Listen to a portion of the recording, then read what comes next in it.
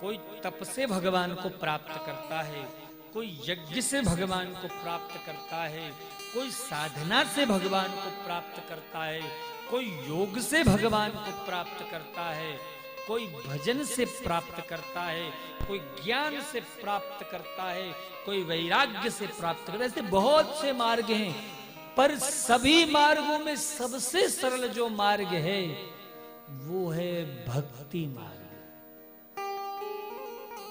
जिस मार्ग के आचार्य हैं हमारे सूरदास, तुलसीदास, माई मीरा, है ना, ये सब भक्ति मार्ग के आचार्य हैं। ज्ञान मार्ग के लिए महाराज भगवान मिलते हैं ज्ञान मार्ग से भी, लेकिन वो मार्ग बड़ा कठिन है। लेकिन भक्ति मार्ग में कोई दोष नहीं होता। देखो, ज्ञान मार्ग में दोष भी आ सकता, किसका? ज्ञान का दोष हो सकता है, अरे हम बहुत पढ़े लिखे, हम ऐसे, हम वैसे। लेकिन भक्ति मार्ग में दोष नहीं होता है, क्योंकि भक्त बनता ही व्यक्ति अभिमान को त्याग करके। जो भक्त होगा ना, उसके भीतर कभी अहंकार या अभिमान नहीं होगा। ये भक्त की निशानी होती है। तो भक्त जीवन में बनेगा ही तब जब वो अपने भीतर के अहंता को, अहंकार को त्याग देता है। इसीलिए भक्ति मार्ग सबसे श्रेष्ठ है। तो व्यास जी कहते हैं,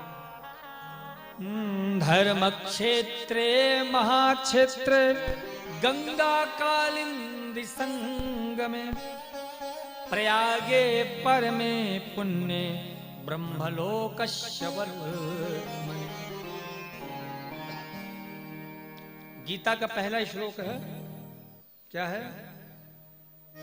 धर्म क्षेत्रे कुरुक्षेत्र समवेतायुत्सवः मामकाः पांडवाश्चैव किम कुर्वत संजय। और शिव महापुराण के मंगलाचरण के बाद का पहला श्लोक, धर्म क्षेत्रे महाक्षेत्र। धर्म क्षेत्र की चर्चा हुई, क्यों? क्योंकि महाराज गीता उस स्थान में गाई गई है जिस स्थान में महाभयंकर महाभारत हुई, आप सब जानते हैं। और अर्जुन अपने कर्म से विमुख होकर के युद्ध छोड़कर पीछे रथ के पृष्ठभाग में बैठा हुआ था, तब भगवान ने गीता का उपदेश दिया। इसी प्रकार से यह शिव महापुराण किनके लिए है? जो अपने हिंदू सनातन धर्म से विमुख हो चुके हैं। जैसे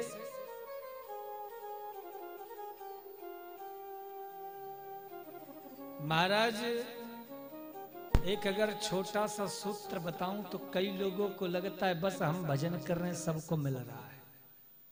मैं कहता हूं, आप कथा सुनते हो अच्छी बात है, पर आप अपने साथ साथ अपने बच्चों को भी कथा से जोड़ो।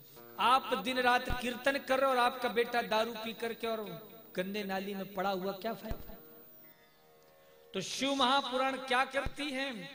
यह भी अधर्म से धर्म की ओर ले जाती है। इसलिए धर्म क्षेत्र का वर्णन श्री व्यास जी महाराज कर रहे हैं।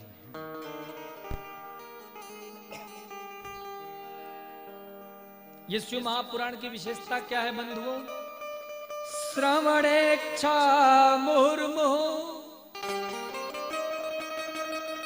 ये ऐसा रस है कि इस रस को एक बार जो चख लेता है उसे बार बार सुनने का, बार बार चखने का मन करता है। किसी ने कहा, भैया शरबत बड़ा मीठा था। बोले, ये मीठा क्या होता? बोले, अरे चीनी की तरह था। अब उसने मीठा तो कभी चखा नहीं था, तो बोले चीनी मीठा, चीनी क्या? अब उसने चीनी भी नहीं चखी, तो बोले चीनी कैसा? तो बोले खांड की तरह। उसने खांड भी नहीं खाया था। बोले खांड कैसा होता है? बोले गन्ने की रस की तरह।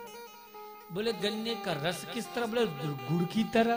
उसने गुड़ भी नहीं चखा तो बोले उसने मीठा कभी खाया ही नहीं, तब बोला गुड़ किस तरह।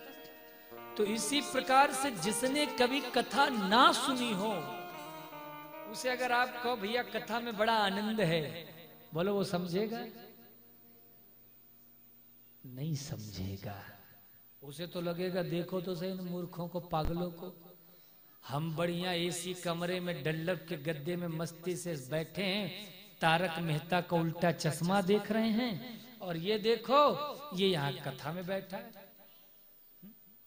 अब उसे कौन बतलाई इस कथा के तत्व को, कौन इसे समझाई इस कथा के प्रेम को, कौन बताई इसे कथा की महिमा को? तो जिसने कभी कथा से प्रेम ना किया हो वो नहीं जानता कथा का रस क्या है। इसलिए श्रवण इच्छा मोर मोर, एक बार उसे कथा में बिठाओ और एक बार उसने कथा सुन ली तो मैं गारंटी से कहता हूं फिर वो खुद को भी खुद से नहीं रोक सकता है, फिर उसे बार बार सुनने की इच्छा होगी। न तृप्तिम अधिगच्छामः, फिर उसकी तृप्ति नहीं होने वाली, फिर उसे लगेगा और सुनने को मिल जाए, और सुनने को मिल जाए।